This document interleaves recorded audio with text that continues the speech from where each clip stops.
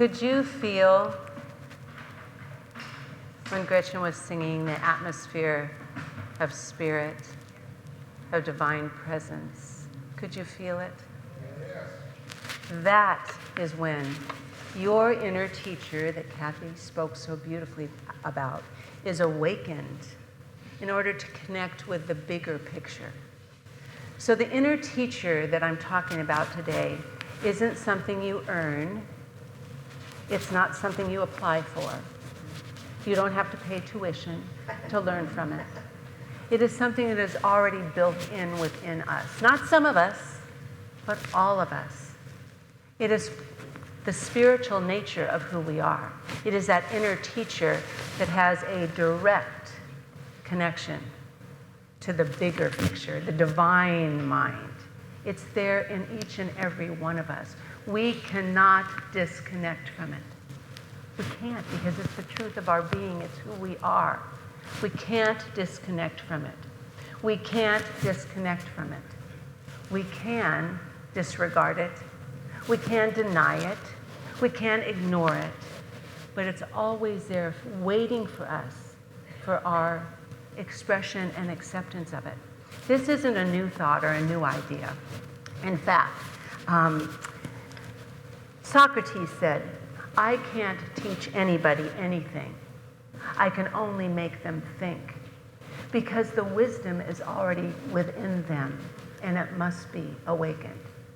That was a few years ago he said that. How are we doing so far? Well, Reverend Janet, I want to thank you for stepping in last week. Thank you so much. And I listened and I learned and I loved it. And her message was practice, practice, practice. And it's still in my head, because she drove it in. And that's what we have to do. Humanity wants to change for the better. It wants to change. It's in us. It's in our divine essence that we want to change for the better. We want to change for the better, but we sort of forget. And we try to change externally instead of doing the inner work. So I want to ask you, how many people depend on your GPS to get places? Come on, be honest, be honest. I mean, how many of you have had to pull over sometimes because you've gotten lost and you go, oh, I forgot to turn my GPS on. Well, we have that internal guidance system too.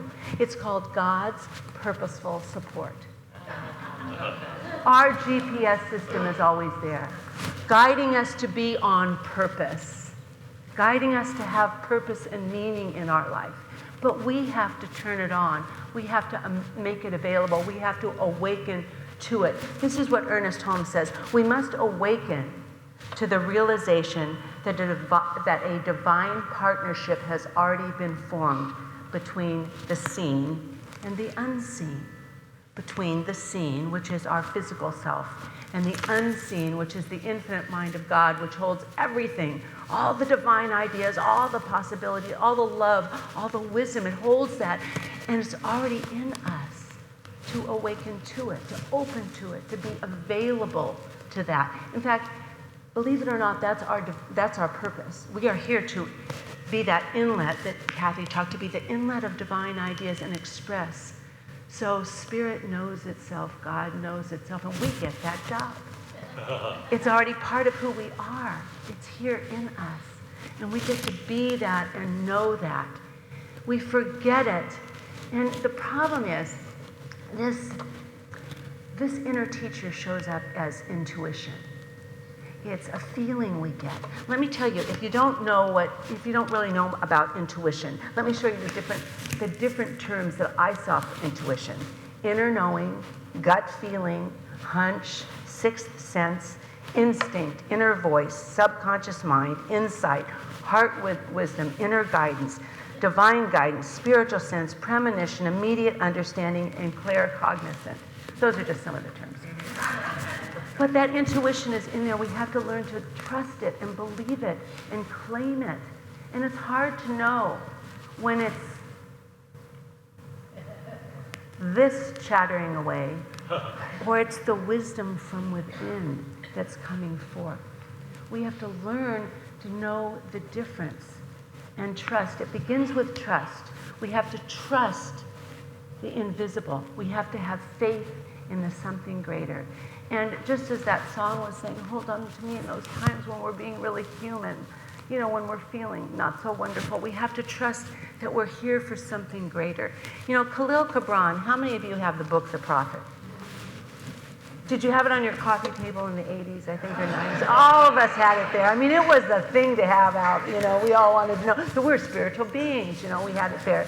Well, in The Prophet, there's readings for marriages, for memorial services, for birthdays, for everything. And I thought, why is a book like that mean so much, you know? And I actually have several of the books, and I opened one this morning, and it had a beautiful poem and a letter, and it was given to me from someone I didn't know.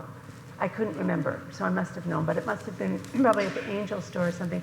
But I said, oh my gosh, just this person written in it, how purposeful that book was. Well, I got a little definition of the prophet. I said, well, let me see why that's so meaningful and why we all had to have one. The prophet suggests that we should be glad for the experience of coming into this world, no matter how much pain is in our lives. We should be glad for the experience of being alive, even if we're sitting right now in a lot of pain.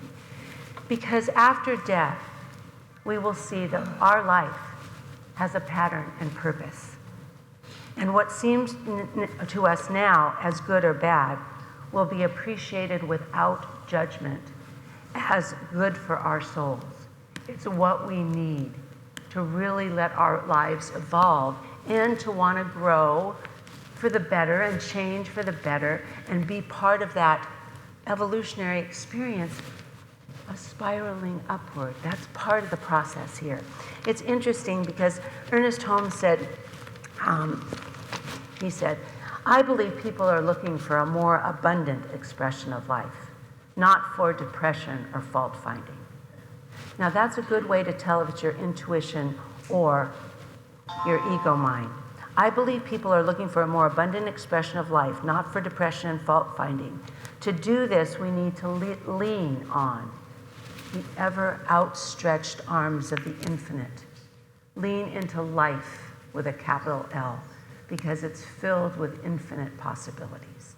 Very similar to what Khalil Gibran wrote. Very similar. We've got to lean into this thing called life and love it. So we have that GPS system in us already, the God's purposeful support right there.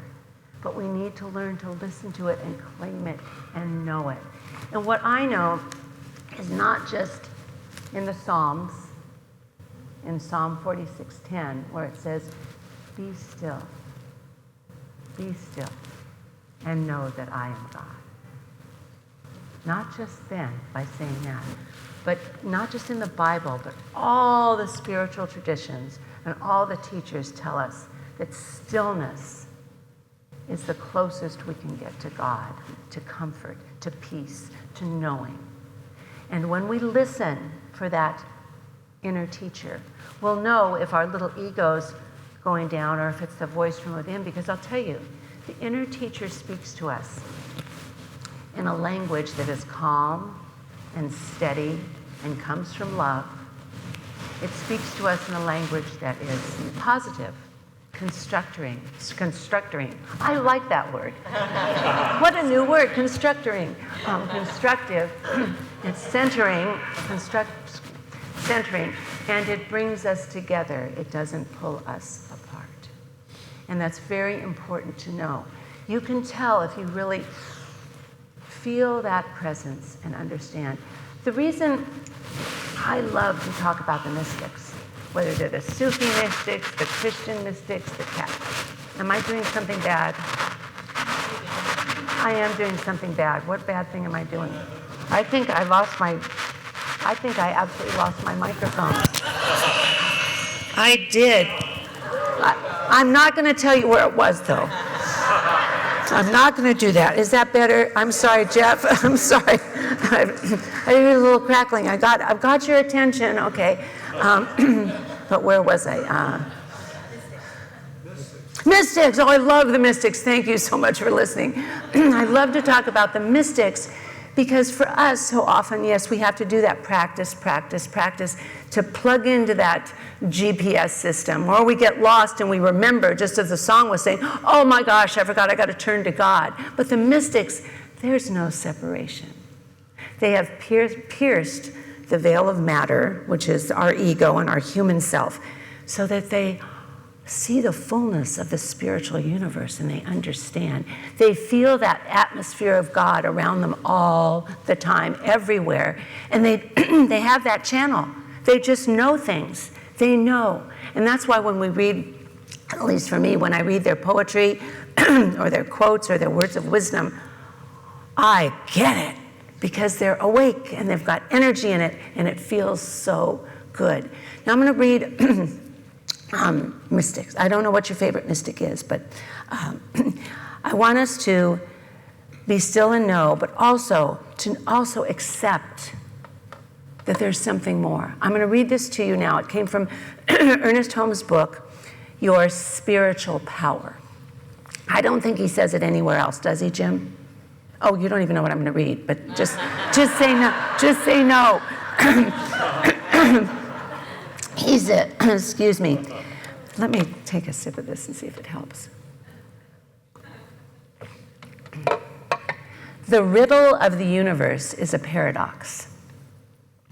The question is its own answer. For the mind that asks the question is also the mind that answers it. Do you want me to read it again? Yeah. Okay, I will. The riddle of the universe is a paradox. The question is its own answer. For the mind that asks the question is also the mind that answers it. Which to me might have a different meaning to you, but to me means that we hold the questions that keep us going and growing and interesting and curious and all of that, but we also hold the answer. We need to take the time to be still and let the answers be revealed. I think in all the traditions, all the spiritual traditions, it talks about journaling, meditation. Reverend Sage, you had 20 people in meditation this morning. People are hungry for it. Thank you for giving that service. I know you can't speak because you're also in vigil, so I won't talk to you. But anyway, we had 20 people because meditation opens us up. Journaling, when we're expressing, when we're downloading our thoughts, helps us. Prayer gets us connected for sure, knowing that God is all there is. And we are one with God, so we can speak the word and it is done. That can connect us. But stillness brings us to the center, walking out into nature and just seeing the presence of spirit everywhere, expressing in beauty and wonder. You know, this beautiful stillness allows us to grow and become and know.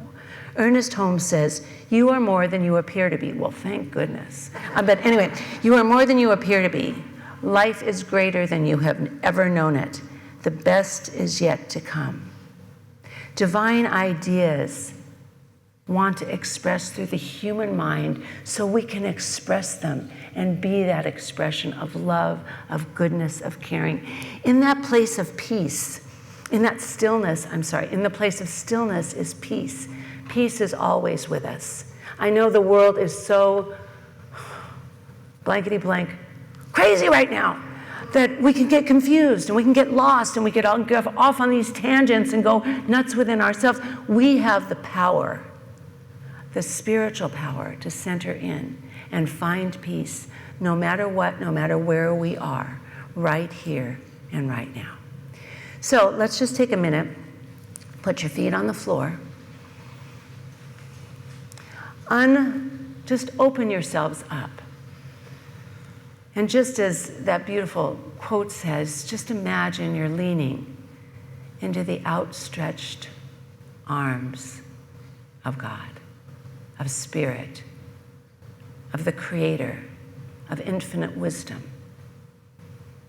of creativity, whatever you want to call that. You're leaning into that energy because there's no way we can be alone. We always have that friend, that inner teacher, that guide is always with us. Even though we feel alone, the truth is we are never alone. That divine companion is always with us in this and every moment. And as we take a breath in, I invite you to imagine in the depths of your being, in the center of your soul, there is that light that is love, that light is the peace, that light that is wisdom, that light that is possibility, the light that knows right here and right now. And allow that light that is being ignited from your own soul as you open the channel, as you open the way for it to be expanded, that you allow it in this moment to fill your entire being. Imagine that light, that love, that kindness and goodness as it moves through you and supports you, knowing it is the friend, the energy, the power that is with you all the time, that wants only your best good, that wants only to guide you in the direction that opens, fills, and becomes your greatest good in this moment. And as you allow that light to strengthen this relationship with your inner teacher, this light that is your inner teacher, allow yourself to be filled and strengthened and combined by this knowing that we are one with this inner teacher, and this inner teacher is one with everything. So let that light that is love and goodness and kindness and peace and prosperity and joy just ooze out of you and connect with the higher version, the highest version of each and every person here in this room and out into our community. And let this inner wisdom connect in a larger way to all the beings on this planet that truly want to change for the better. Maybe misguided, maybe ignorant in the moment, maybe not knowing how. We'd know this inner wisdom, this inner teacher is opening up the wisdom and knowing for us to create something better, something more. When we know better, we do better. And knowing each and every one of us, each and every one, period, has this inner wisdom, we allow that to be the truth we know and the truth we see. And as we come out of this meditation, we just make this commitment to ourselves, to that God within, to our intuition, to our knowing, to our inner teacher, that we're going to leave here more connected, more available, more willing to focus on what is right, what is love, what is possibility. And just take a moment to let that settle in. And if there is a question that's been gnawing at you, just allow that question to come forth. Put it in a place of knowing right where the question is, the answer resides also. Maybe not knowing in this moment, but creating space for it to be known and to be revealed. We do that now as we take a nice deep breath, feeling better, stronger, healed and happy, prosperous, joyful. And we just say, thank you, God, for all of this and so much more. Thank you, thank you, thank you. And so it is. Ooh, I have a whole new group here. How wonderful. Well, know how beautiful and wonderful you are, how much you are appreciated. Know the difference you make. And just feel that in you, share it, love it, heal whatever needs to be healed, and know that we are here for each other. I thank you all for being part of our community and of a greater expression and part of the healing of this world. Thank you, thank you, thank you. And so it is.